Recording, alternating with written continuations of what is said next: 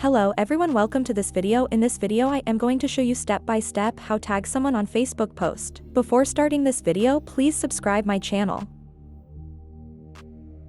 First of all, you have to open Facebook and click on What is Your Mind, and here you have to type your post.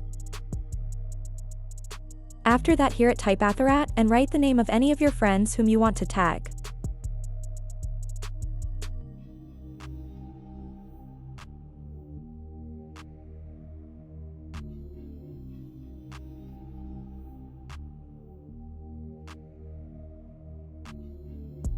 For example, from here I take the name of any of my friends.